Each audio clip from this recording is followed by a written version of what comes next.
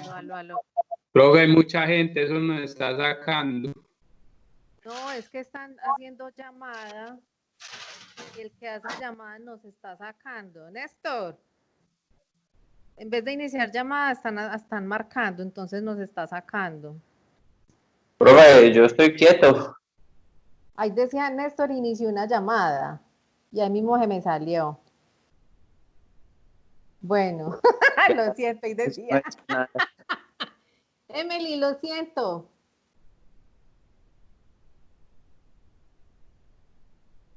Emily. Emily. Emily. ¿Está?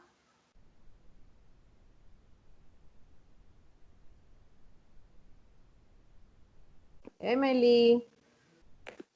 Profe, yo creo que cuando se canceló la llamada la sacó. Ay, sí, eso estoy pensando yo, qué embarrada.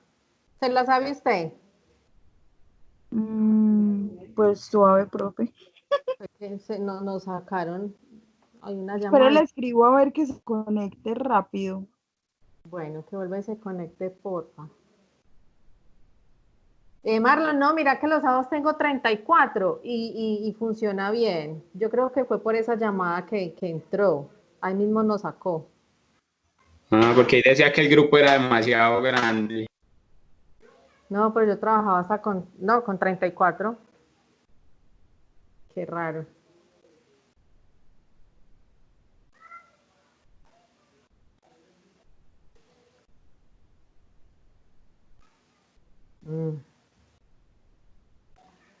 Bueno.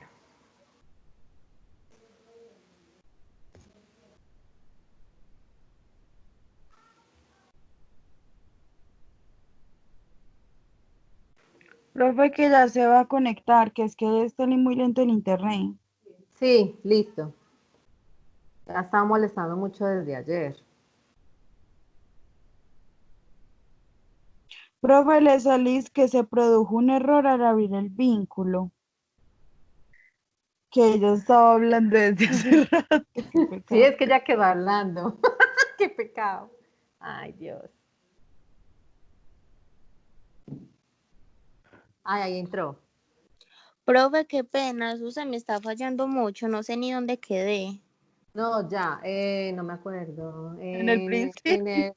Sí, prácticamente. No, estaba hablando después de la conformación. Ay, bueno, otra vez, no. Ni cuenta me di, ya estaba terminando de hablar. Hágale, hágale. Bueno, voy a intentar resumirlo más rápido. Listo. Dice que cuánto territorio controlan. Ellos controlan al menos 4.000 kilómetros cuadrados en Irak y Siria, que esto es casi todo el territorio de Bélgica. Y también tienen cerca de 90.000 kilómetros cuadrados. Al menos 8 millones de personas viven bajo el control parcial o total de este Estado, que ha implementado una estricta interpretación de la Sharia, que forzan a las mujeres a llevar velo, obligando a los no musulmanes a convertirse en ellos o en pagar un impuesto que hasta puede llevarlos a ejecuciones. ¿Cuántas personas participan en el Estado? Los funcionarios de Estados Unidos creen que el Estado Islámico tiene alrededor de 15.000 milicianos activos. ¿Cuánto territorio controlan o tienen a su poder? El Estado Islámico tiene una gran cantidad de armamento, incluida la artillería pesada, ametralladoras, lanzadoras de cohetes, baterías antiaéreas. En medio de su incursión militar, capturaron tanques de guerra y vehículos blindados de los ejércitos de Siria e Iraquí. Además, han logrado tener un constante abastecimiento de municiones que les permite tener armado a todo su ejército. Su poder de ataque en los recientes enfrentamientos con la Peshmerga, que es el ejército kurdo en el norte de Irak, sorprendió a muchos. Un dato curioso que tienen ellos es que el Estado Islámico reportó que tiene cerca de 2 millones de dólares en efectivo, lo que los convierte en el grupo insurgente más rico del mundo. Para concluir, podemos decir que los miembros del Estado Islámico son yihadistas que tienen una interpretación extremista de la rama del Islam y creen que ellos son los únicos creyentes reales. Su visión del resto del mundo está basado en el hecho de que los no creyentes quieren destruir su religión, justificando de esa forma sus ataques contra otros musulmanes y no musulmanes. Las decapitaciones, crucifixiones y asesinatos en masa han sido utilizados para atemorizar a sus enemigos. En medio de este panorama de horror, los miembros de él justifican que sus actos citan los versos del Corán que dice algo como golpear la cabeza de los no creyentes. O sea que ellos van en contra de todas las personas que no tienen las mismas creencias que ellos. No sé qué otra conclusión tenga mi compañera.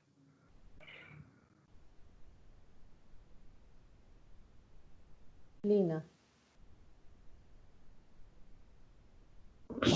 Señora, ¿Qué otra conclusión tiene? Dice Emily.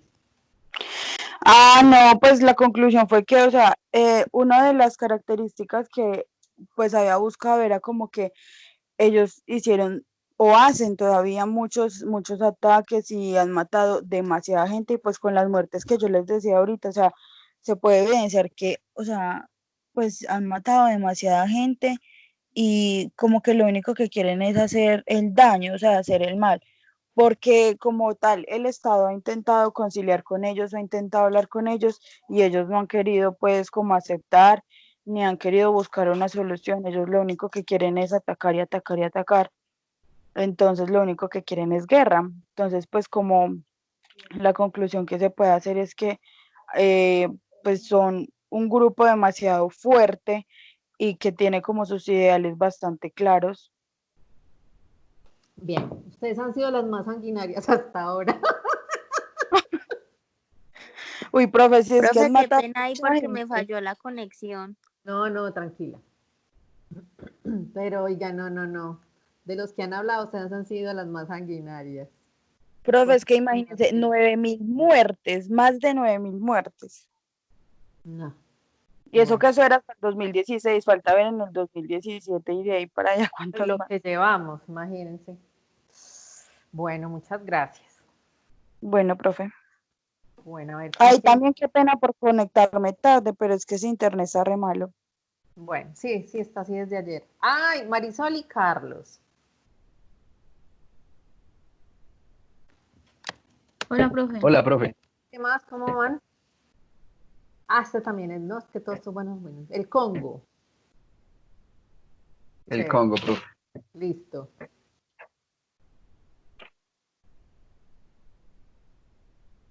Cuando Bueno, quieran. profe, pues nuestro tema es el conflicto de la República Democrática del Congo.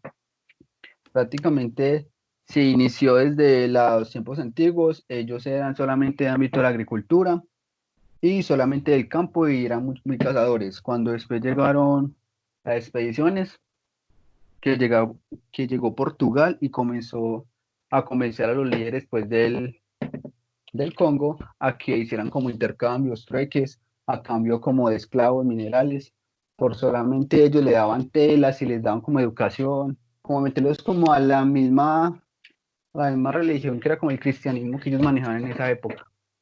Entonces ahí se comenzaron a, a evidenciar que se daba como, por ejemplo, intercambiaban esclavos por telas. Entonces, profe, ¿usted tiene ahí de pronto la espina de pescado que la subí a la plataforma para exponerla, profe? No la tengo acá.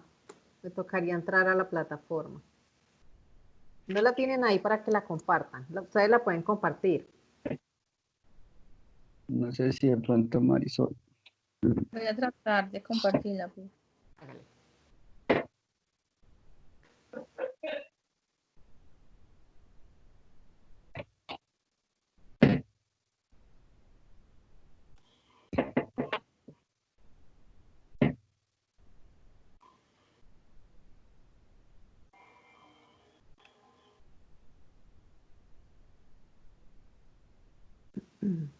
Eso. Ahí se ven. Sí. Chiquita. Bueno, profe, se la pina de pescado que prácticamente el problema principal es el conflicto de la República Democrática del Congo. Una de las causas es el poder. El poder que se dio por parte de los dictadores, que fue Mobutu, uno de los grandes dictadores que ha pisado a nivel mundial. Según cifras, es el segundo dictador más mortal a nivel mundial después de Hitler. Y él fue como uno de los sucesores de Estados Unidos para que comandara pues la República del Congo para solamente explotar los recursos minerales que tenían ahí. La corrupción, uno de los factores más grandes fue la corrupción ahí en ese país, porque prácticamente toda la riqueza del país ha sido por debajeado, por decirlo así, los recursos de ellos, lo que es la plata, el oro, el coltán, y todo eso. Y la violación de los derechos. Todavía se ve como la escasez tan grande que tienen allá los congoleños porque los explotan diariamente allá. Otra de las causas son los recursos naturales. La explotación de níquel, oro, diamantes, coltán. Se dice que en la República del Congo tiene el 45% del coltán a nivel mundial. Entonces ha sido una cifra pues demasiado grande y todos los países del mundo están como tratando de coger alguna parte pues del coltán de ahí, porque totalmente los sistemas operativos, los computadores, todo se deriva pues del coltán. Otra de las cosas es el territorio. El conflicto de las tierras para la explotación de los recursos ha sido como un gran problema. Incluso en una época se dividió prácticamente el país en tres. Uno que las quería Portugal y Bélgica querían coger una parte pues del país del Congo, otra parte del pueblo y otra parte pues rebeldes que también querían una parte del territorio, y la expropiación de tierras de grupos armados, que ellos también querían pues despojar a la gente del pueblo para explotar esa zona ahí en sí, profe. Profe, ya sigue mi compañera diciendo las otras causas del conflicto de la República Democrática del Congo. Bueno, ¿escuchan? Sí. Bueno, pues de una parte tenemos el imperialismo, la hegemonía y la educación, que abarca varios aspectos importantes en el conflicto de la República Democrática del Congo. Pues mencionó a mi compañero, pues el Congo es uno de los países más grandes del mundo y pues este abarca más de 80 millones de habitantes, pero pues lastimosamente es uno de los países más pobres del mundo.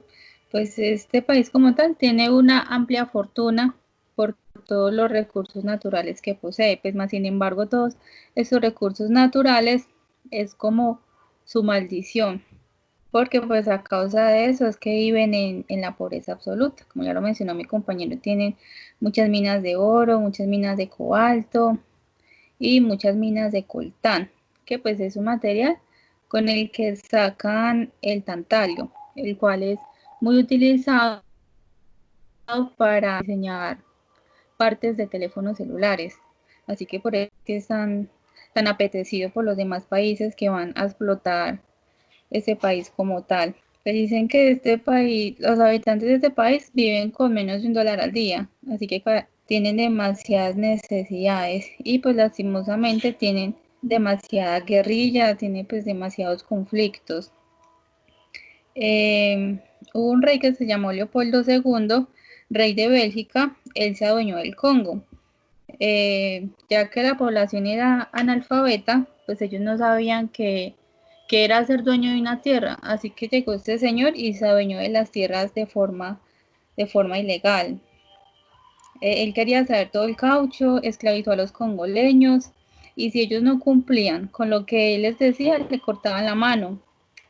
Y cuando este señor murió, le dio toda su propiedad al gobierno de Belga y se volvió una colonia, pero pues ellos lamentablemente siguieron esclavizados.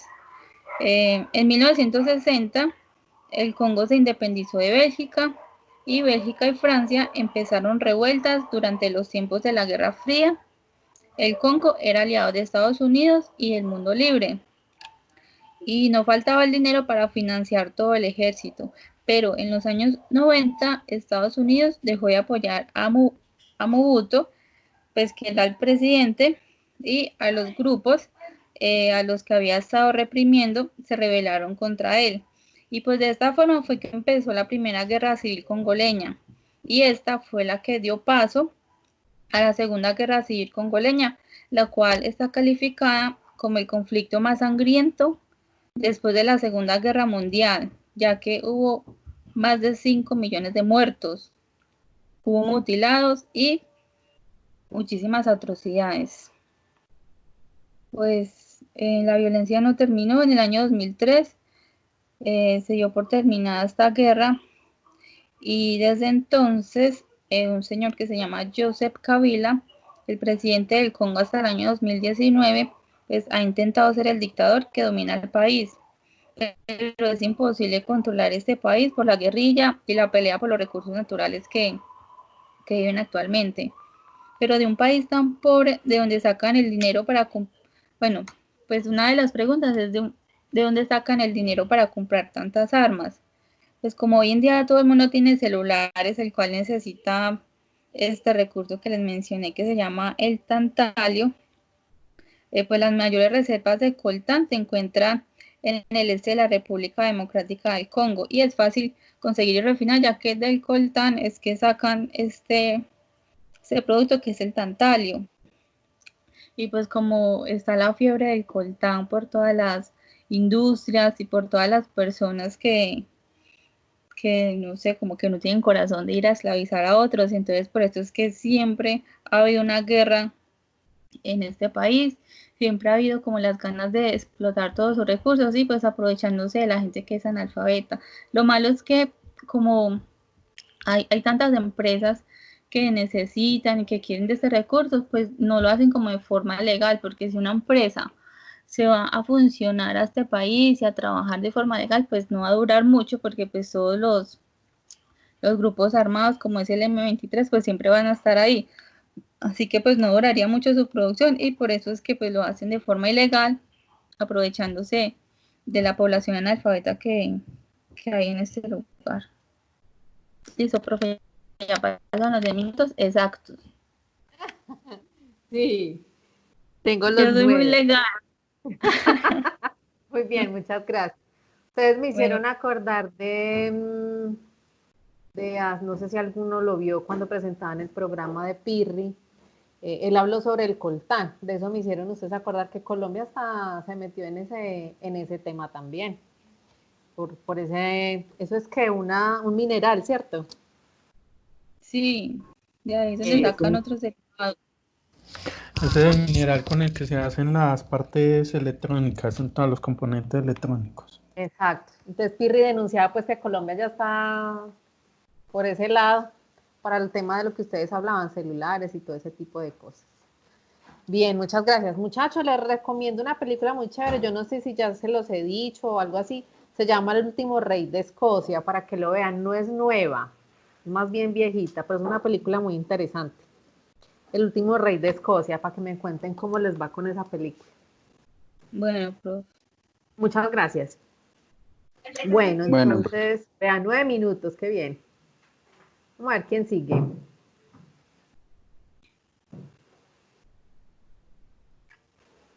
Jayfer, Sandra y Carlos. Buenas noches para todos. Hola, buenas noches. Bueno, a nosotros el tema que nos tocó es el conflicto entre Estados Unidos y China, que básicamente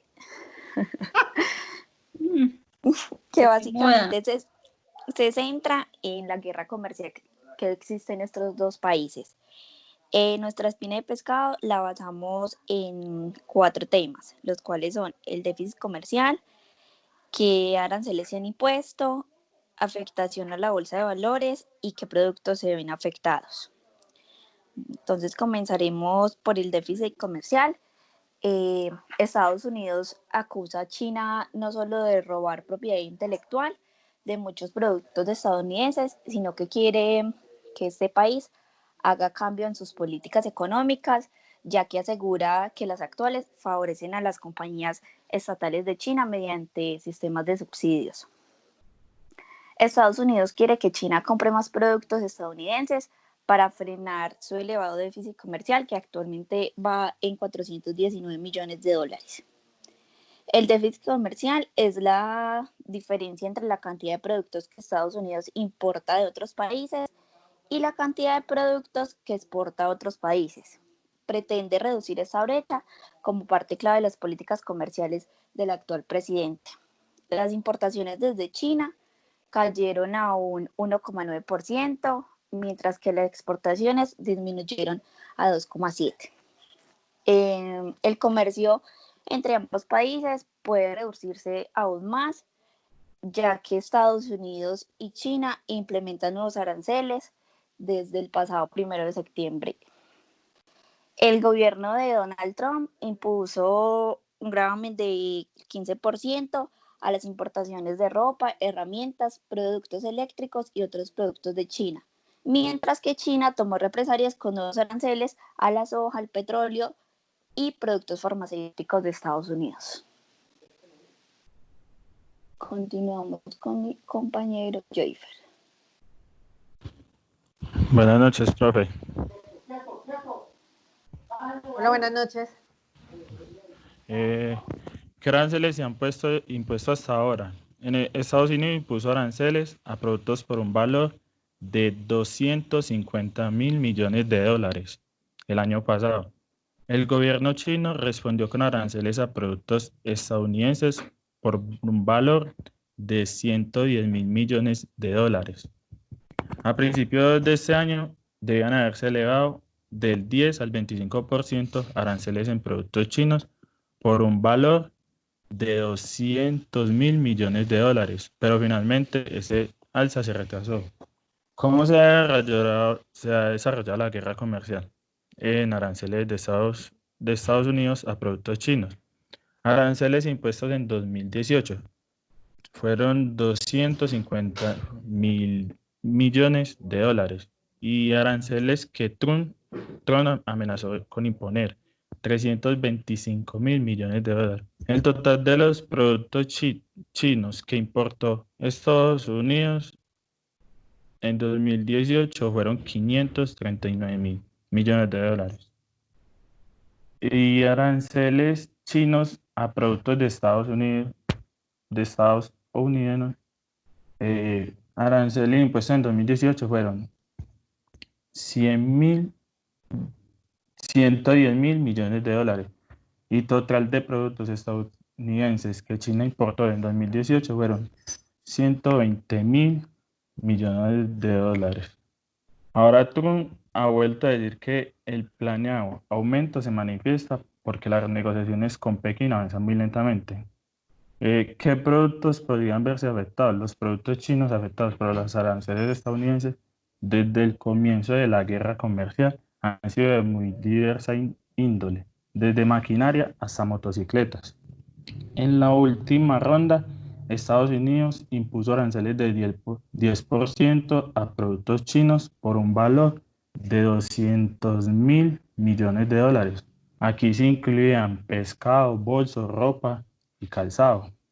Esos bienes son los que pueden ver subir el arancel hasta el 25% si se cumplen las amenazas de Trump.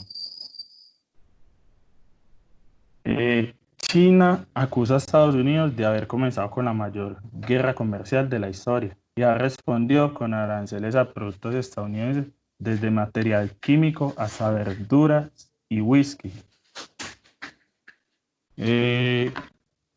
También ha impuesto sanciones de forma estratégica, elevando los aranceles de productos y bienes que se producen en distritos bajo el mandato del Partido Republicano, en el mismo que Trump, o en productos que pueden obtenerse fácilmente en mercados como la soja.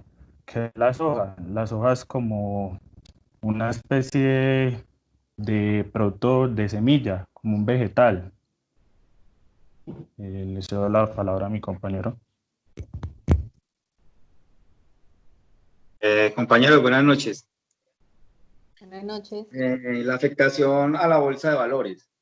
Bueno, la guerra comercial entre Estados Unidos y China ha sido un motivo de incertidumbre para los mercados financieros durante todo el año pasado más que todo. Pues este año ya por otros temas, no se ha hablado del tema, pero voy a hablar más que todo de lo que ha pasado desde el 2018 y 2019. Esto se ha hecho notar por la falta de confianza de los inversores de todo el mundo y ha generado pérdidas en algunas de las plazas financieras más importantes. Esta guerra la empezó Estados Unidos en el 2018, aumentando aranceles de un 10 a un 25% a los productos provenientes de China. Como lo decía ahorita el compañero, como 250 millones de dólares en productos chinos. ¿Pero esto qué trajo a las bolsas de valores de la China?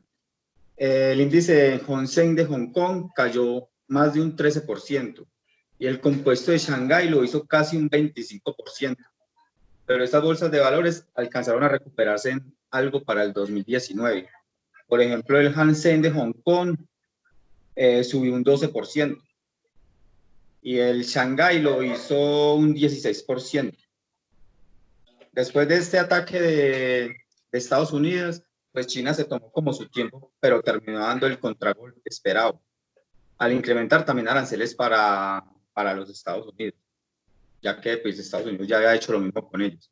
Y así siguió la llamada guerra comercial entre las dos mayores economías del mundo. Esto trajo pérdidas en las acciones de diferentes bolsas del mundo y el fortalecimiento del dólar. ¿Por qué el fortalecimiento del dólar? Porque aquí es donde se refugian los inversionistas cuando hay incertidumbre. Esta guerra también trajo la caída del petróleo. En esta época, el 2019, pues habían enfrentamientos en el Medio Oriente entre Estados Unidos y Irán, que trajo el bajo del petróleo, pero también afectó la guerra entre China y Estados Unidos. ¿Por qué? Porque ya los barcos ya eran muy pocos los que se movilizaban hacia Estados Unidos y de Estados Unidos a la China. Y esto empezó a afectar el precio del petróleo. Bueno, ¿qué trajo este contraataque de la China a Estados Unidos para las bolsas del mundo? La bolsa de Nueva York perdió un 2.4%, de acuerdo con el índice de Dow Jones, mientras que en Europa, Londres se dio el 0.55%, París el 1.22%, Frankfurt 1.52%, Madrid 0.78% y Milán 1.35%. O sea, ahí nos damos cuenta que esta guerra entre estas dos potencias termina afectando al resto del mundo. ¿Cómo fue el impacto para Colombia y a los países de Latinoamérica? En Colombia el impacto de esta tensión se sintió con mayor fuerza, aumentando el precio del dólar y perjudicando las importaciones.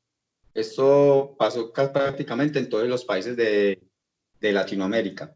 La caída de las acciones en las plazas latinoamericanas fue así. Sao Paulo retrocedió 2.69%, México 0.55%, Buenos Aires 3.27%, Santiago 1.6% y Lima 1%. ¿Qué pasa con esto? Que hace subir el dólar. ¿Por qué? Porque sube la inflación en los países latinoamericanos, porque son países que importan mucho. Eso es una de las grandes perjuicios que ha traído para esta zona.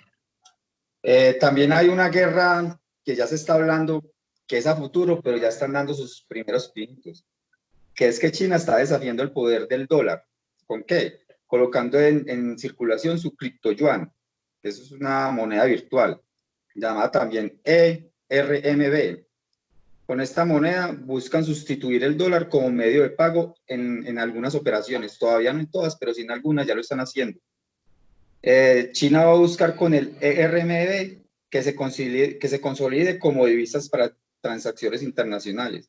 Y de esta forma no va a terminar afectando solo el dólar americano, sino también divisas que dependan del dólar.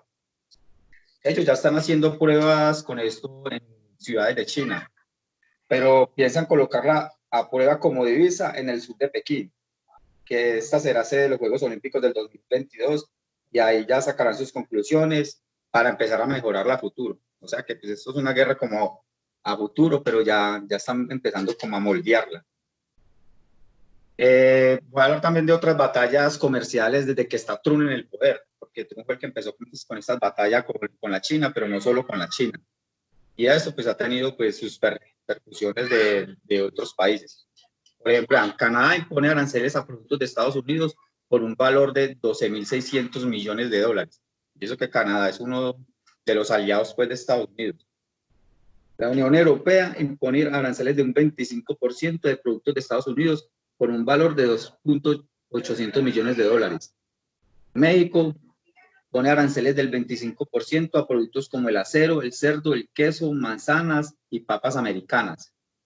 Turquía triplicó sus aranceles después de que Estados Unidos duplicara los aranceles para el aluminio y el acero. Y la India pues planea aumentar aranceles a las nueces, que es el mayor pues comprador de Estados Unidos de esta semilla. Y Estados Unidos hace sino que presionar a Japón para mejorar el acuerdo comercial que tiene. Y ya, profe, pues esto es lo que investigamos sobre esta guerra entre estas dos potencias. Muy bien, muchas gracias. Ese es el boom ahorita. Y el run run es lo del famoso COVID, ¿no? A raíz de esa disputa que tienen entre ellos dos. Pues ahora, Falta. Del COVID, de lo que está ahorita pasando pues con esta avispa asiática, ya están hablando también de la polilla asiática. La avispa, sí. Pero, pues no quise hablar del tema porque pues uno... Dicen, no, es que no hay mucho para hablar. Pero pues todavía no ha sido como confirmado, entonces hablamos pues es después de lo que hasta ahora ha sido confirmado. Sí, lo del COVID es chisme. La guerra trae otras cositas. Y el último es esa del yuan que usted dice, de la criptomoneda. Esa es como la última que le está poniendo China. Muy bien, muchas gracias, muchachos. Muchachos, no tenía anexado la espina de pescado. Para que me la anexen, porfa. Profe, sí, yo la subí a la plataforma. Pero ahorita. No, la subí en la tarde. Es más, mentiras, miento, en la mañana la subí. Voy a volver a revisar, revisa y no la vi. Ay, ¿por qué me está repitiendo? Listo, muchas gracias. Néstor. Néstor y Lorena. Néstor que estaba jugando con el computador. Con el Skype. Profe, yo no estaba jugando. No sé qué pasó ahí. Bueno, profe, buenas noches. Nosotros vamos a hablar sobre el conflicto entre Palestina e Israel. Mi compañera Lorena va a iniciar con la exposición. Bien. Buenas noches, profe. Buenas noches. Compañeros. Bueno, profe, todo comienza luego de la Primera Guerra Mundial. Dice que la región palestina era originalmente gobernada por el Imperio Turco Otomano, que en ese entonces tuvo la desafortunada idea de unirse con Alemania en esta Primera Guerra Mundial. Como consecuencia de esto, obtuvieron la derrota. Por lo tanto, les tocó cederles el territorio a los vencedores. Esto quiere decir que Francia e Inglaterra se repartieron el antiguo territorio otomano y la tierra de ambos lados del río, no sé cómo se pronuncia, Jordan o Jordan. Pasó a manos británicas. Luego de la Segunda Guerra Mundial, que se dio entre 1900... Jordán. El Jordán, sí. Bueno. Entonces, luego de la Segunda Guerra Mundial, que se dio entre 1939 y 1945, uno de los grandes asuntos que había para resolver era el mandato de Inglaterra sobre el territorio palestino. Los árabes creyeron lógico que Palestina fuera declarada independiente, pero los británicos en ese entonces habían prometido, por medio de un secretario de Estado de Relaciones Exteriores, quien también era británico, acordado que era como una tierra que le iban a prometer a los judíos. Después de esto, después de que se dio supuestamente como esa promesa, la Organización Sionista Mundial reunía a todos los judíos que luchaban por restablecer una patria. También hablaba que ellos exigieron a Inglaterra que cumpliera con la promesa. Este movimiento llamado sionismo había comenzado a formarse a finales del año 1800, influenciado por todos los judíos que estaban pues como en este movimiento, por decirlo así, que reclamaban el derecho sobre esa tierra. Por lo tanto, los judíos consideraban Palestina como su tierra. Los hebreos llegaron a Palestina al segundo milenio antes de Cristo. en 1930 más o menos, el Estado judío se separó en dos reinos, uno que era Judá y el otro Israel. El primero fue conquistado por asirios y el segundo por los babilonios. En años posteriores, el territorio fue ocupado por persas, griegos y romanos. Hasta en el 70, que era la era cristiana, estos últimos expulsaron a los judíos de Palestina. A esto se le llamó diáspora, pues a esta expulsión. El sueño de volver a esas tierras siempre estuvo presente en la historia israelita. El principal argumento que tenían era religioso e histórico. La creencia en una tierra prometida por Dios era como lo fundamental para ellos.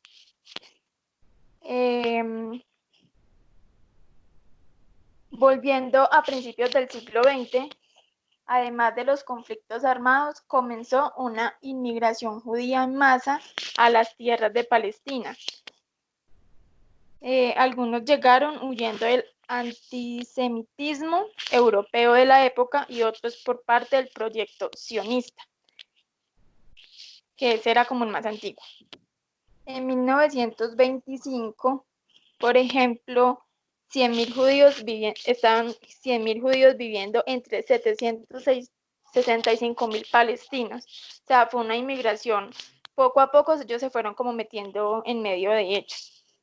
Ya en la Segunda Guerra Mundial, que incluía el Holocausto y la decadencia de Gran Bretaña, terminó precipitando el desplazamiento judío. Momento en el cual los enfrentamientos y masacres comenzaron a afectar a los dos pueblos, los que se habían dividido, pues que mencioné anteriormente, que competían por el mismo territorio. La ONU ya en ese entonces apoyó el plan de participación de Palestina, que se llevaría a cabo en conjunto con el retiro de Gran Bretaña, que ya no lograba como contener la situación.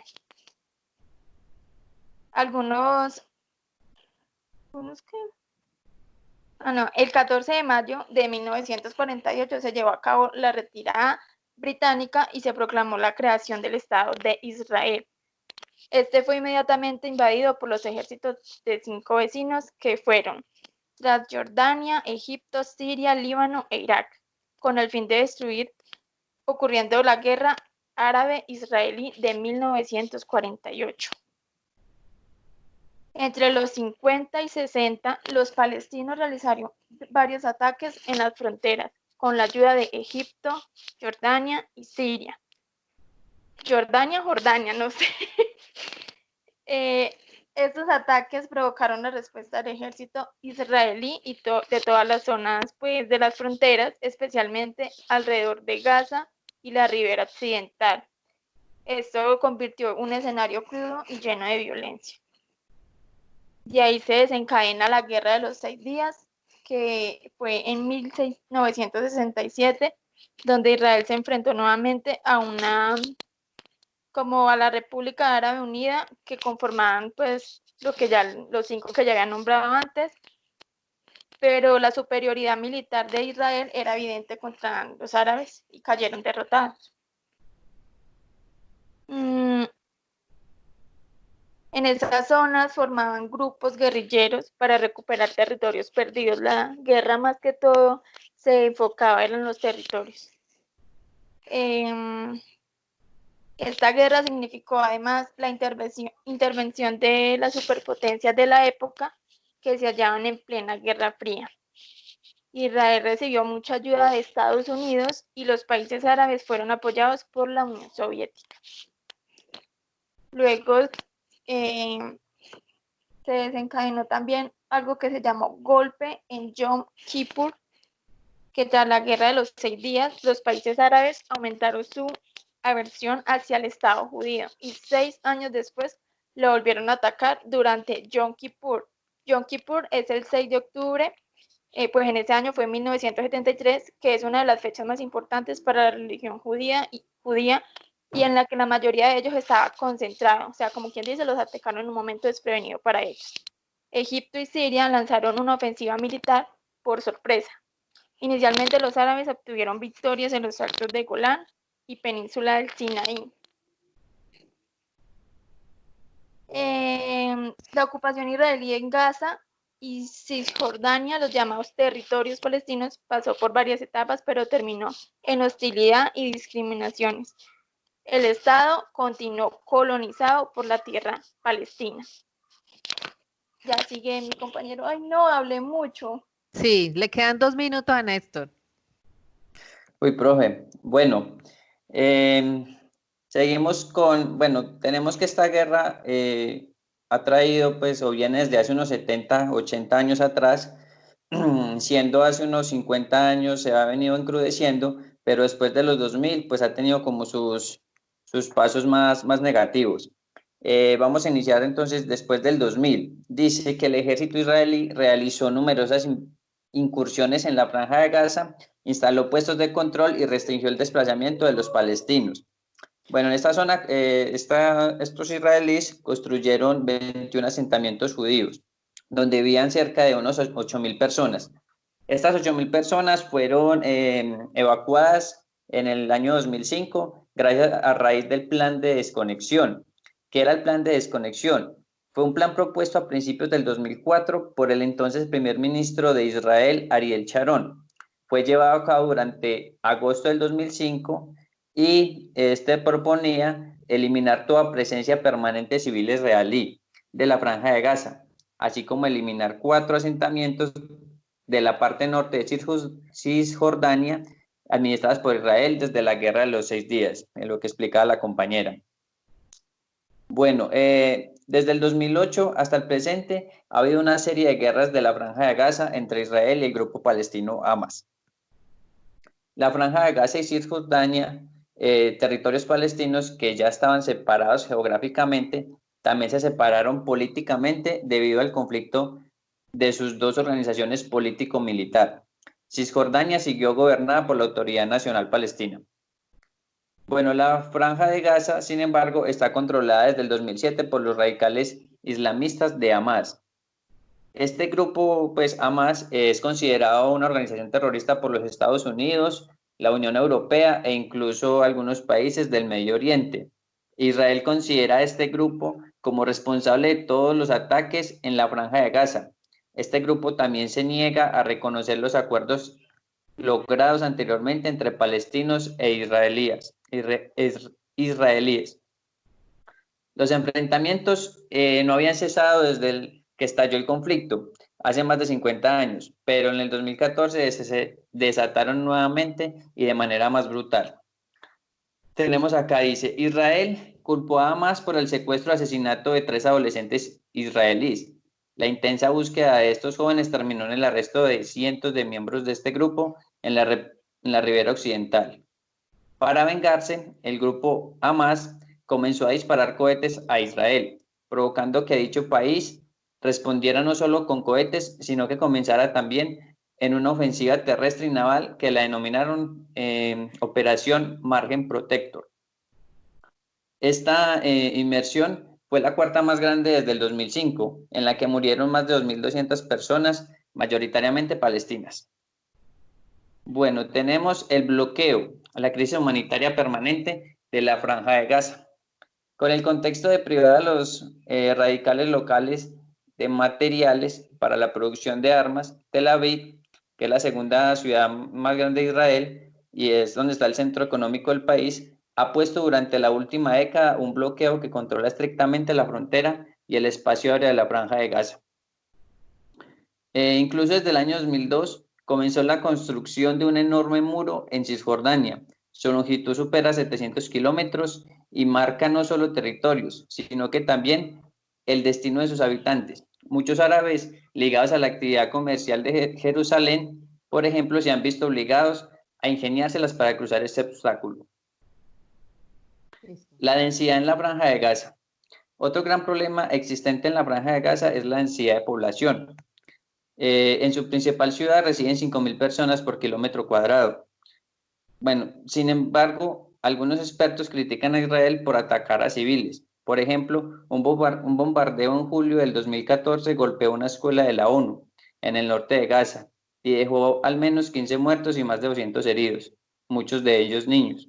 Un portavoz de la ONU aseguró que el ejército israelí conocía el lugar exacto del edificio.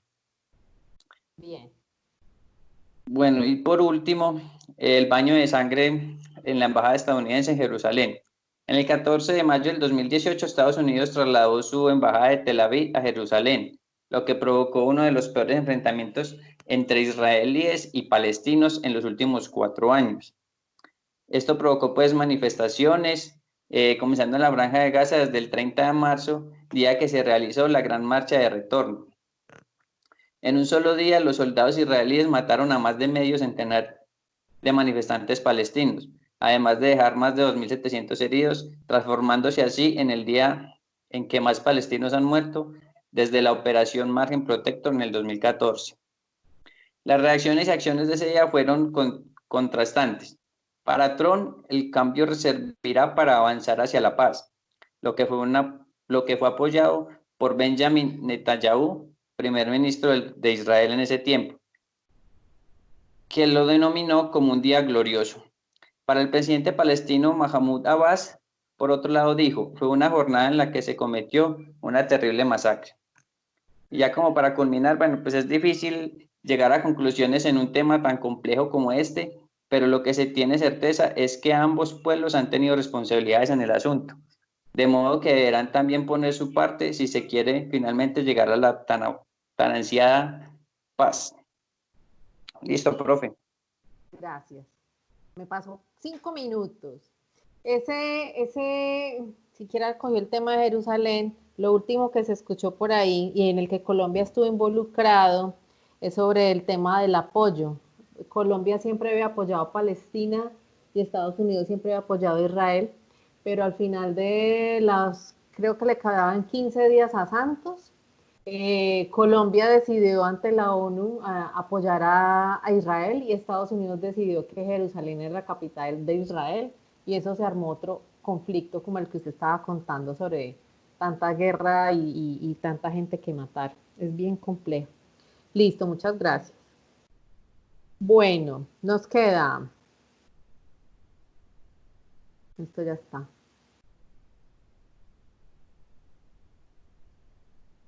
Ve, María Camila, muestre a ver, que ensayó ese micrófono. Marlon y María Camila. Que no me querrá salir. Marlon y María Camila. No, eso no ha caído ahí. Mira, me queda siempre en el otro lado. Arranquen, hágale. Que eso no ha caído. No sé por qué me mira, no sé por qué me está repitiendo. Pero ahí se ve la pantalla aún.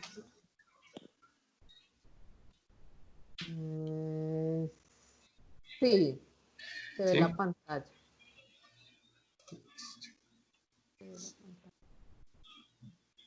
Ya, ahí se ve la espina. Listo, profe. Nosotros vamos a hablar del conflicto de Ucrania. Ucrania está ubicado en el este de Europa. Su forma de gobierno es la república y se rige por un sistema semipresidencial. Esta república alcanzó su independencia tras la disolución de la Unión Soviética en 1991. El conflicto de Ucrania, también denominado la guerra en el Donbass o denominada también la guerra en el este de Ucrania.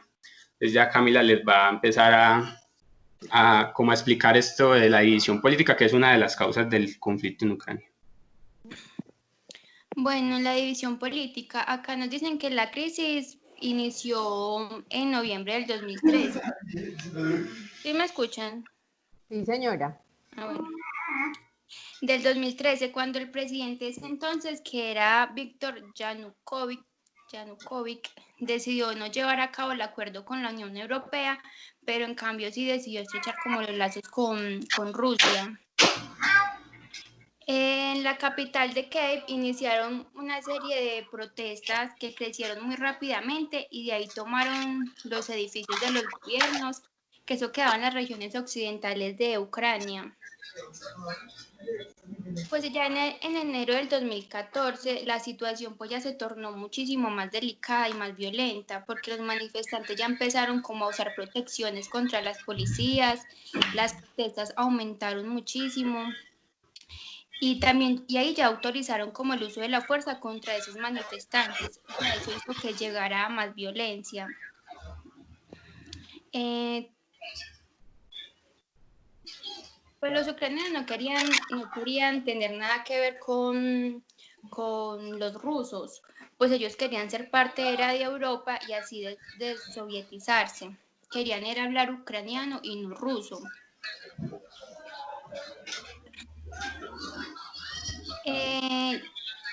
El 20 de febrero del 2014, ese presidente fue derrocado y decide irse como refugio para Rusia. Y ahí fue donde ya comenzaron las elecciones y ya convocaron a Petro Poroshenko para la presidencia de Ucrania. Ya hablamos de la revolución naranja. Pues esto inició con carteles de color naranja y pancartas con las que hacían las protestas. Iban muchos ciudadanos de todas las edades, de muchas clases sociales, de muchas profesiones, y eso fue en el 2004. Ese movimiento obligó a la cancelación de las elecciones presidenciales de ese mismo año y las habían definido como un fraude electoral. Lo que provocó que estas personas salieran a la calle pues, a formar estos disturbios fueron las votaciones presidenciales que se dio en el 2004. En la primera vuelta pues estuvo Yushchenko y Yanukovych. Pues en la primera vuelta ganó Yushchenko, que le ganó al oponente Yanukovych. Ya en la segunda vuelta ya sí fue diferente, ya ganó Yanukovych con un casi 50%. Y pues el candidato prorruso consiguió la victoria, pero por el lado del sur y del este, mientras que el otro, el candidato prooccidental, triunfó, pero fue en el centro y en el oeste de la nación. Este candidato Yushchenko creía que Ucrania tenía que estar más orientada a Europa, mientras que el otro ya era más prorruso. Este señor Yushchenko se negó a reconocer los resultados del sufragio y llamó a protestas por el supuesto fraude que había pasado en las votaciones. En la capital pues fueron convocados una multitud de personas para esa protesta. Y aquí fue donde esto fue que se denominó la Revolución Naranja, porque era el color principal de la presidencia de Yushchenko. Y los manifestantes se vestían pues de color como para hacerle honor a él. También empezaron los matines con apoyo a Yanukovych. La presidencia de este señor Yushchenko fue entre el 2005 y en el 2010, pero ya no lo querían porque las expectativas que tenían con la sociedad pues no les había gustado. Entonces, él logró arruinar las relaciones con Rusia y al proclamar que el país tomaría el camino hacia la integración con la Unión Europea y el ingreso de la OTAN. Y ya entonces ahí fue que volvieron a reelegir a Yanukovych como el presidente de Ucrania, ya con esas protestas conocidas como Euromaidán, que eso tuvo un lugar en el 2013 y en el 2014. Ya sigue Marlon. Bueno, les voy a hablar del Euromaidán. Pues este Euromaidán es, como el nombre daba, las marchas y manifestaciones y disturbios de índole europista y nacionalista en contra de Yanukovych.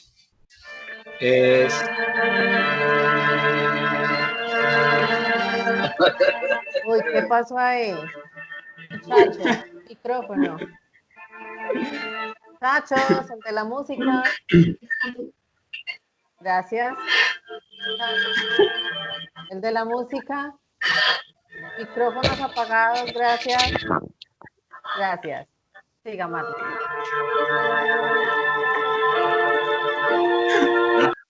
¿Aló?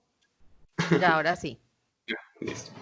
Bueno, entonces este Euromaidán se da principalmente en el 21 de noviembre del 2013 y se dio pues frente a la decisión de Víctor Yanukovych de no firmar el acuerdo de asociación y acuerdo de libre comercio que se venía dando pues entre las Naciones Unidas y entre la Unión Europea y la OTAN, que eran como las organizaciones a las que pues Ucrania quería pertenecer, pues porque en cuestiones de comercio internacional pues les beneficiaba para poder viajar entre Europa y sin utilizar visa, y pues con los acuerdos también de libre comercio para las empresas. Entonces, debido a esto se da el Euromaidán, que eran las protestas de las personas con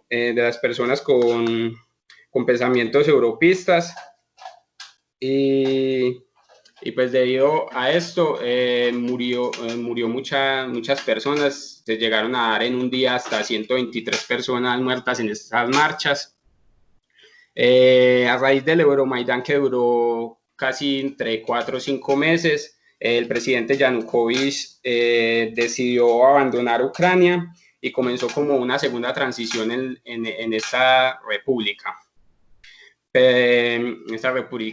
Esto pues dio como pie a ya este cuarto punto, que es el de los separatistas, que eran como las personas que no estaban de acuerdo con las personas del Euromaidán, que son las personas de habla rusa y que querían ser pertenecientes, o sea, que querían seguir perteneciendo como a la Unión Soviética. Estas protestas eran prorrusas, y entonces, como decía la compañera también en lo de la Revolución Naranja, se evidenciaron muchas banderas rusas y banderas que eran naranjas y negro, que pues son las banderas de la Orden de San Jorge, que es como una distinción honorífica que distingue exclusivamente como los méritos militares de las personas de Rusia. Estas personas, los separatistas, estaban en desacuerdo político y también pues en desacuerdo cultural, porque ellos querían pertenecer a Rusia y no a Ucrania, como lo eran las personas del Euromaidán. Esto también desencadenó como una guerra civil, porque entonces ya eran separatistas contra las personas del Euromaidán, y llevó también a que se desencadenara pues todo esto unido como con lo que era la crisis de Crimea. Entonces ya llevó a otras consecuencias para que se dé el conflicto en Ucrania. Le doy parte a Camila para que explique la crisis de Crimea. A raíz de la caída del gobierno de Yanukovych fue la revolución ucraniana, que fue en febrero del 2014. Esta crisis de secesión comenzó en la península de Crimea, que tiene un número significativo de ciudadanos que es rusófilos, que quiere decir que aman mucho a su patria y que están... Bueno, soldados rusos armados, vestidos, pero no tenían como la identificación. Ya comenzaron las maniobras de Crimea el 28 de febrero del 2014. El exiliado expresidente ucraniano Yanukovych pidió a Rusia el uso de las fuerzas militares para así poder establecer la paz, la ley y el orden en la defensa de las personas de Ucrania. Y también por esos mismos días el presidente ruso Vladimir Putin solicitó la autorización del Parlamento de Rusia para desplegar tropas rusas en Ucrania y tomar el control de la península de Crimea ilegalmente. Crimea el 16 de marzo celebró un referéndum independista y sobre su incorporación a Rusia ganó el sí. El presidente ruso y estos líderes de Crimea y Sebastopol firmaron el Tratado de Reunificación, que ahí fue cuando se anexó Rusia a la península.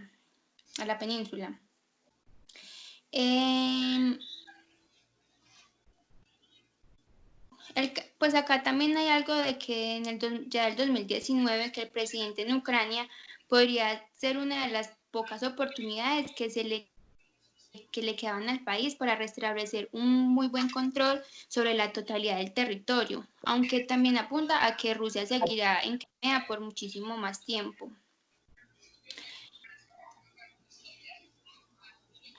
Aquí pues Vladimir Putin ha construido todo un entramado narrativo para poder justificar la legalidad internacional basándose en la reinterpretación de la historia crimeana. Y esto apunta a que el presidente ruso, que está interviniendo en la cantidad de esfuerzo y dinero en la zona, no va a deshacerse fácilmente de ese valioso clave. Ya.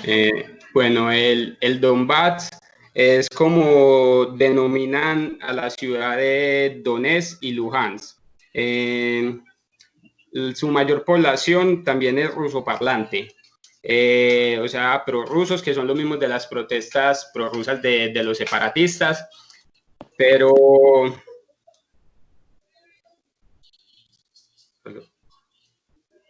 Estamos oyendo, pero...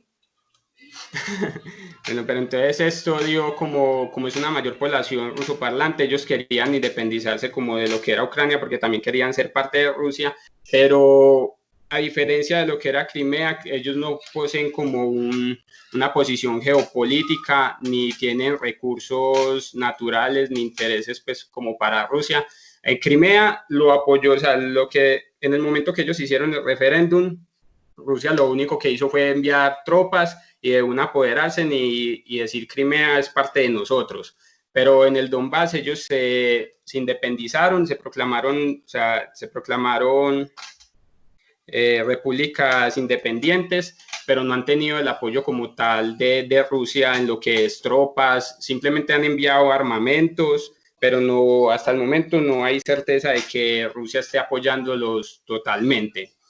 Debido a eso, porque Crimea se encuentra en una posición geopolítica en la cual están en el Mar Negro y tienen yacimientos de petróleo, pero en el Donbass, que son Donetsk y Luhansk, no se encuentran yacimientos de petróleo, ni tienen como esa posición geopolítica como estratégica en cuestión de decir si hay una guerra o algo como para Rusia quedarse como con esta parte del este de Ucrania. Entonces nunca han tenido como tal así el apoyo total de Putin, no. Entonces esto desencadenó a que hubiera una guerra bélica dentro de Ucrania, ya que como Putin no ha respaldado totalmente el Donbass, entonces el ejército ucraniano ha intentado poder apropiarse otra vez de estas dos repúblicas que hacen parte de su país. Entonces esta es la guerra o el conflicto de Ucrania que hasta el momento pues todavía siguen en conflicto y tienen demasiadas represiones como con las personas y los civiles en esta guerra. También pues como en conclusión, Rusia lo único que estaba buscando era como poderse apoderar de cierta parte de Ucrania que le iba como a favorecer a él en posición geopolítica. A raíz de esto, pues a Rusia también se le han impuesto sanciones, que son como medidas diplomáticas, por ejemplo, en la cancelación de la cumbre de la Unión Europea. También en reuniones de lo que era el G8, se hicieron reuniones que se hicieron llamar el G7. Medidas individuales también como por parte de 32 países de la Unión Europea, que son medidas individuales como de movilización de bienes y restricción como de viajes a lo que son los ciudadanos rusos. Medidas diplomáticas, restricciones de relaciones económicas con Crimea y Sebastopol, que también creo que es una parte que se tomó Rusia. Sanciones económicas y restricciones a la cooperación económica como con estas dos repúblicas. Las medidas pues, que fueron adoptadas desde marzo del 2014 se prorrogaron también por última vez en septiembre del 2019 hasta el 15 de marzo del presente año. Y también hay algo pues, que investigué como por fuera, que es Rusia es como el mayor distribuidor de gas natural como en la parte de Europa, pero entonces le estaban pagando una cuota muy alta porque todos sus tuberías que llevan los gases pasan por toda la mitad de Ucrania. Entonces, a raíz de esto, para él no pagar como estos impuestos, este peaje que le hacen al gas, están tirando una tubería que rodea a Ucrania, una por el Mar Negro y la otra como por los lados de Polonia. Listo, Marlon. Listo. Se me pasó.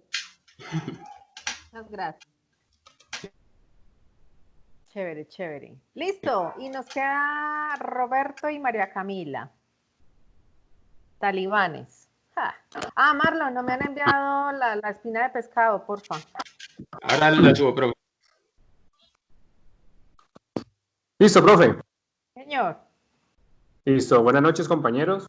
Buenas noches. Mi compañera María Camila, a mí nos tocó pues, hablar del grupo terrorista talibán.